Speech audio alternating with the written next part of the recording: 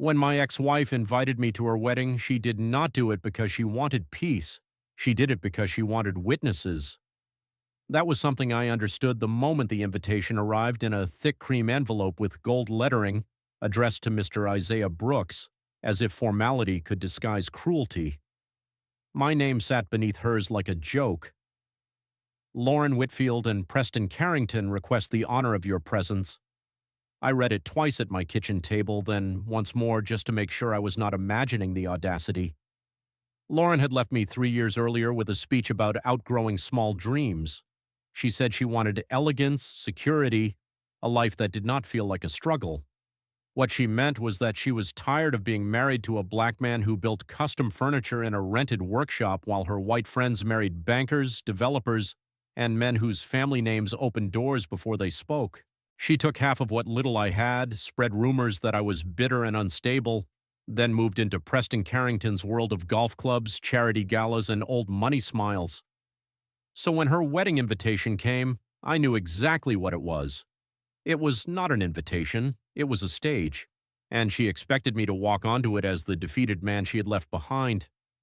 Before we continue, tell me where you're watching from today, and if you like stories where people set a trap and end up standing in it themselves, stay with this one until the end. I met Lauren when I was 29 and still naive enough to believe love could make people brave. She was white, polished, and clever in the way wealthy families teach their daughters to be clever without ever needing to be wise.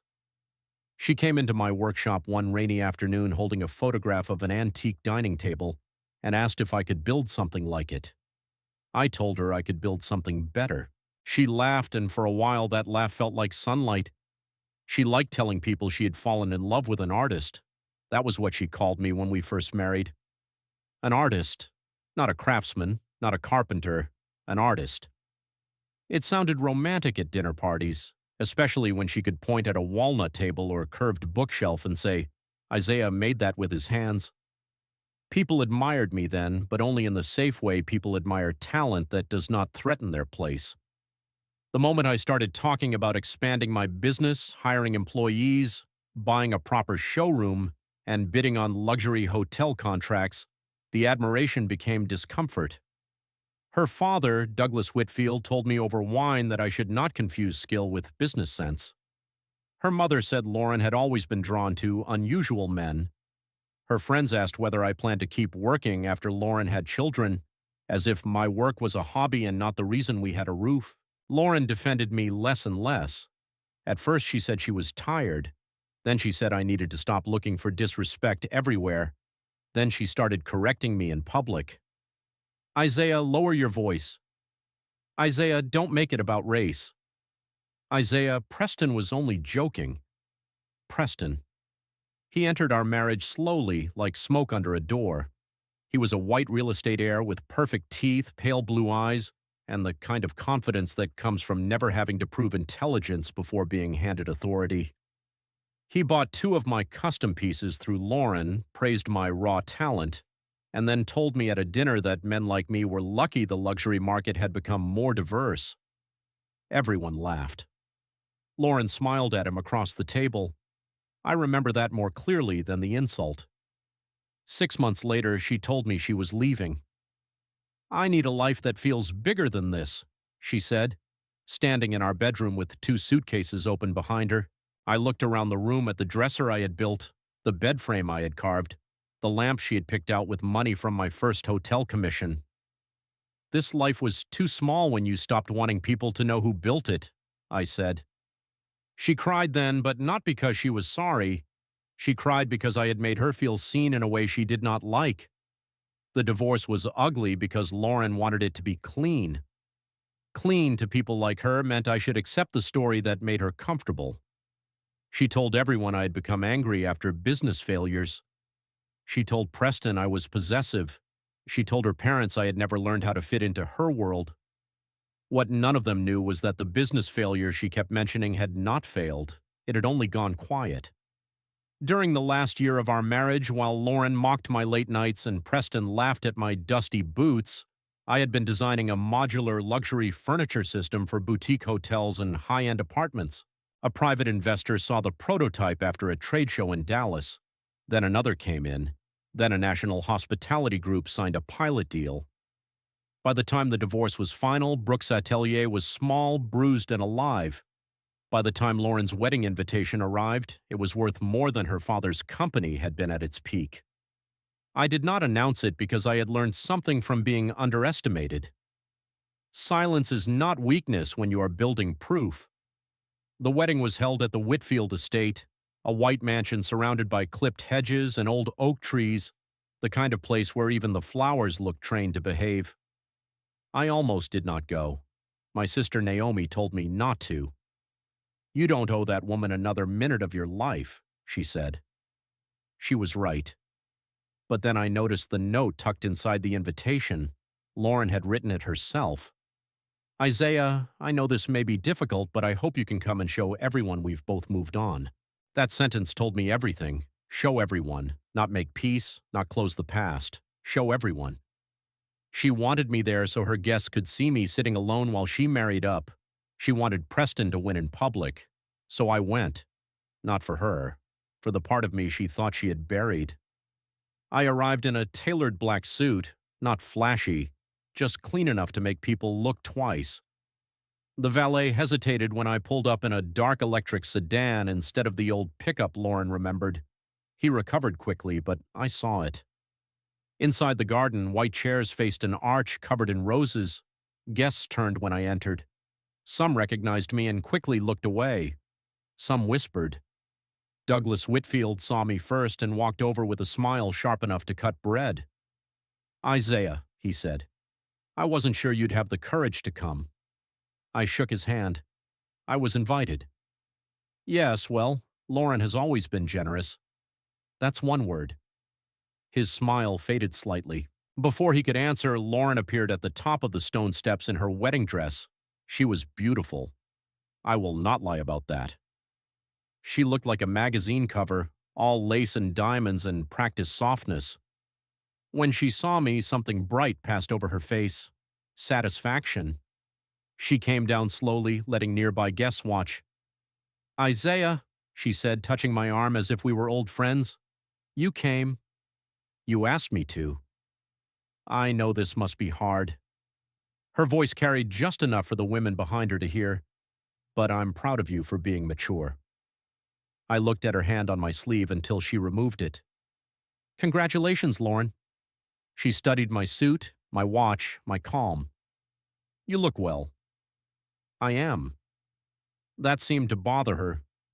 Preston arrived with 2 groomsmen smiling like a man approaching a trophy already engraved with his name. "Isaiah Brooks," he said loudly. "Good to see you, man. I told Lauren it takes real character to show up today." One of the groomsmen chuckled. Preston stepped closer. "No hard feelings, right? Life just works out the way it's supposed to." I looked at him. "Usually." He clapped my shoulder.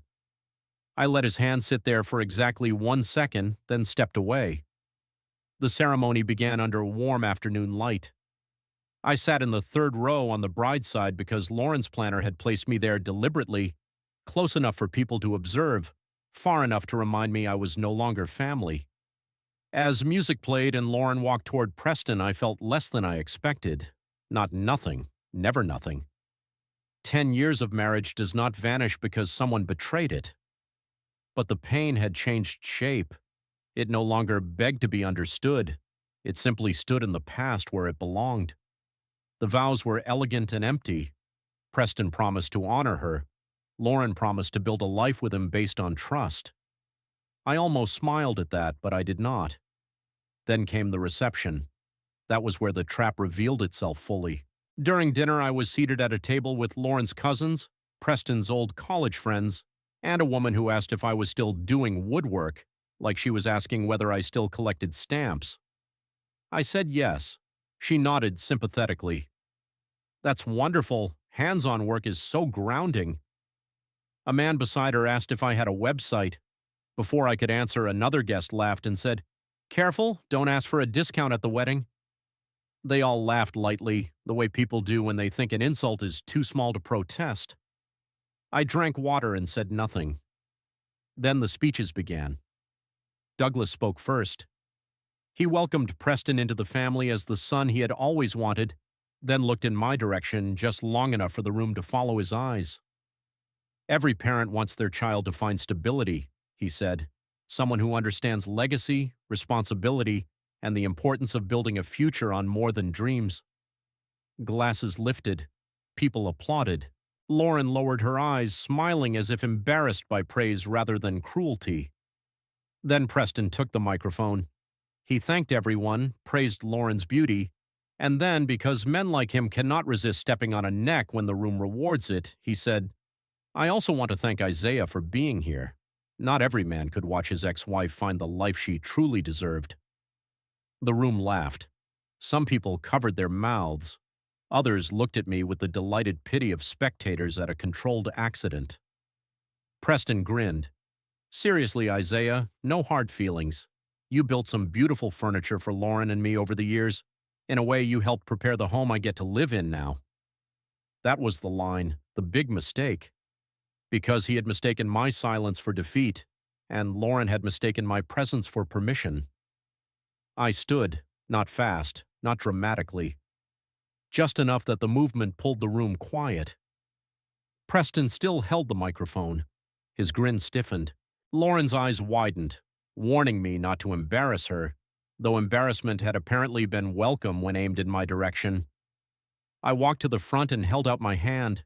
Preston laughed uncertainly. "You want to say something?" "Since you thanked me," I said, "I should probably clarify what I helped build." He hesitated, then handed me the microphone. I turned toward the guests. "Good evening. For those who don't know me, I'm Isaiah Brooks. I was married to Lauren for 10 years. I was also the man many people in this room described as a dreamer, a craftsman, a phase, and once, if I remember correctly, a charity case with good hands." The room went still. Lauren went pale. Douglas leaned toward his wife. I continued. "When Lauren left, the story some of you heard was that I had failed, that I was angry, that I could not provide the kind of life she deserved. I never corrected that story because I was busy building something that did not require your approval." The estate manager appeared near the back, whispering urgently to Douglas, but Douglas waved him off, irritated. Bad timing, or perfect timing, depending on who was telling the story. I reached into my jacket and took out a folded document. Earlier this week, Brooks Atelier finalized its acquisition of Carrington Residential Interiors, the design and furnishing subsidiary attached to Preston's family development group. Preston's smile disappeared. The room made a sound, not quite a gasp, not quite a murmur. Lauren looked at Preston. Preston looked at his father, seated near the front. The older man's face had turned the color of wet paper. I continued calmly. "That acquisition includes several active contracts, vendor relationships, and outstanding debt obligations connected to luxury apartment projects Preston has been promoting for the last 2 years. It also includes the unpaid invoices owed to my company for custom pieces Preston ordered under a shell procurement account while publicly joking about my work." Preston stepped toward me. "You don't know what you're talking about." A voice spoke from the side entrance. "He does." Everyone turned. A white woman in a gray suit walked in carrying a leather folder. Miriam Voss, my attorney, moved through the reception with the crisp confidence of someone who charged by the hour and enjoyed being worth it. Behind her came 2 representatives from the investment group that had brokered the acquisition. Miriam stopped beside me and looked at Preston. "The documents were signed at 2:15 this afternoon. Mr. Carrington, your family's board approved the sale after reviewing the subsidiary's debt exposure. You were notified through counsel." Preston's father closed his eyes. Preston stared at him. "Dad?" His father did not answer. That silence told the room more than any speech could. Lauren turned to me, her voice shaking. "You bought Preston's company?" "No," I said. "I bought the part of it that was valuable enough to save and mismanaged enough to sell." Miriam handed me another page. I held it up just slightly. "And since Preston chose to thank me publicly for helping prepare his home, He should know that the penthouse he and Lauren plan to move into after the honeymoon is part of a development now dependent on furnishing, staging, and completion schedules controlled by Brooks Atelier. The lease incentives, design credits, and interior package he bragged about at dinner last night are no longer available to him. A guest whispered, "Oh my God." Preston's face burned red. "This is revenge." I looked at him. "No. Revenge would have been letting your company collapse under the weight of your arrogance. This is business." Then I turned to Lauren. For the first time all day, she looked at me not with pity, not with superiority, but with fear and recognition. "Isaiah," she whispered, "why didn't you tell me?" I almost laughed. "You invited me here to be humiliated for being the man you thought I still was. You never asked who I became." Her eyes filled with tears. "I didn't know." "That was always the problem, Lauren. You never knew because you stopped looking the moment people you wanted to impress told you I was beneath you." Douglas stood furious. "That is enough. You will not turn my daughter's wedding into some spectacle." I faced him. "Sir, your daughter invited me to a spectacle. I only changed the ending." Miriam touched my arm lightly, a signal that the necessary damage had been done. I handed the microphone back to the stunned wedding planner, who took it like it might explode. Then I looked around the room one last time. "Enjoy the reception," I said. "The furniture is excellent." I walked out before anyone could stop me. Behind me, voices rose. Preston arguing with his father, Lauren crying, Douglas demanding explanations from people who had none. The string quartet kept playing for a few confused seconds before stopping mid-song. Outside, the evening air smelled of roses and incoming rain. I stood beneath the oak trees, breathing slowly, and felt something I had not expected. Not satisfaction exactly, not sadness either. Freedom. Miriam came out a minute later. "That was cleaner than I expected," she said. I looked back at the glowing mansion. It didn't feel clean. Truth rarely does when it has to walk through a room full of lies. We were almost to the car when Lauren ran out, lifting her wedding dress to keep from tripping. "Isaiah, wait." I stopped but did not turn around immediately. When I did, she looked smaller than she had inside, less like a bride and more like a woman standing in the wreckage of a story she had written badly. "Please," she said, "I need to talk to you." Miriam stepped away but stayed close. Lauren wiped at her face. "I didn't know Preston's company was in trouble." "I believe that. He told me everything was secure." "I believe that too." She flinched. "Then why are you looking at me like that?" "Because you're still talking about Preston's lies like they're the worst thing that happened today." Her mouth trembled. "I'm sorry." I waited. She struggled with the words as if each one cost more than the wedding. "I'm sorry I invited you to hurt you. I'm sorry I let them laugh. I'm sorry I spent years acting like your struggle embarrassed me when the truth is I was embarrassed by what people said about us, about you, about being married to a black man who wouldn't play grateful in rooms where he was being insulted." For the first time, she said it plainly. No soft words, no excuses, just the thing itself. It hurt more than I expected, and healed less than she probably hoped. "Thank you for saying it," I said.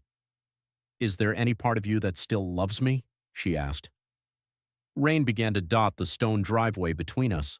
I looked at the woman who had once slept beside me, who had once held my face in her hands and promised she saw me, who had later decided that seeing me clearly cost too much. "There is a part of me that loves who I was when I loved you," I said, "but I can't go back and be him again."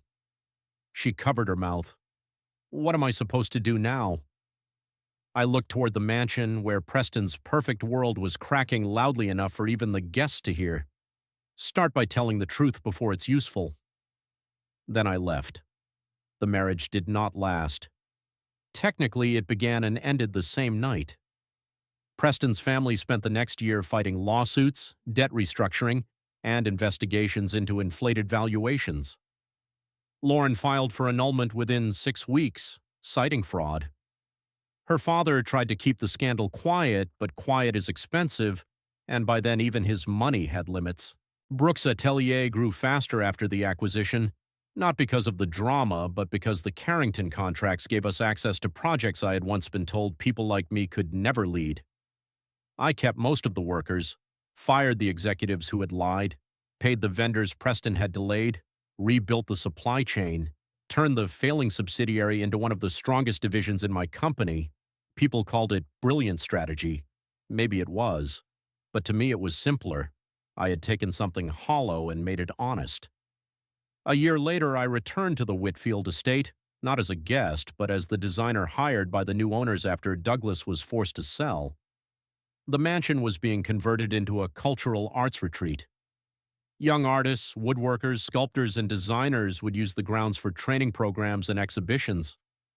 The irony was almost too perfect, but life sometimes has a better sense of timing than revenge.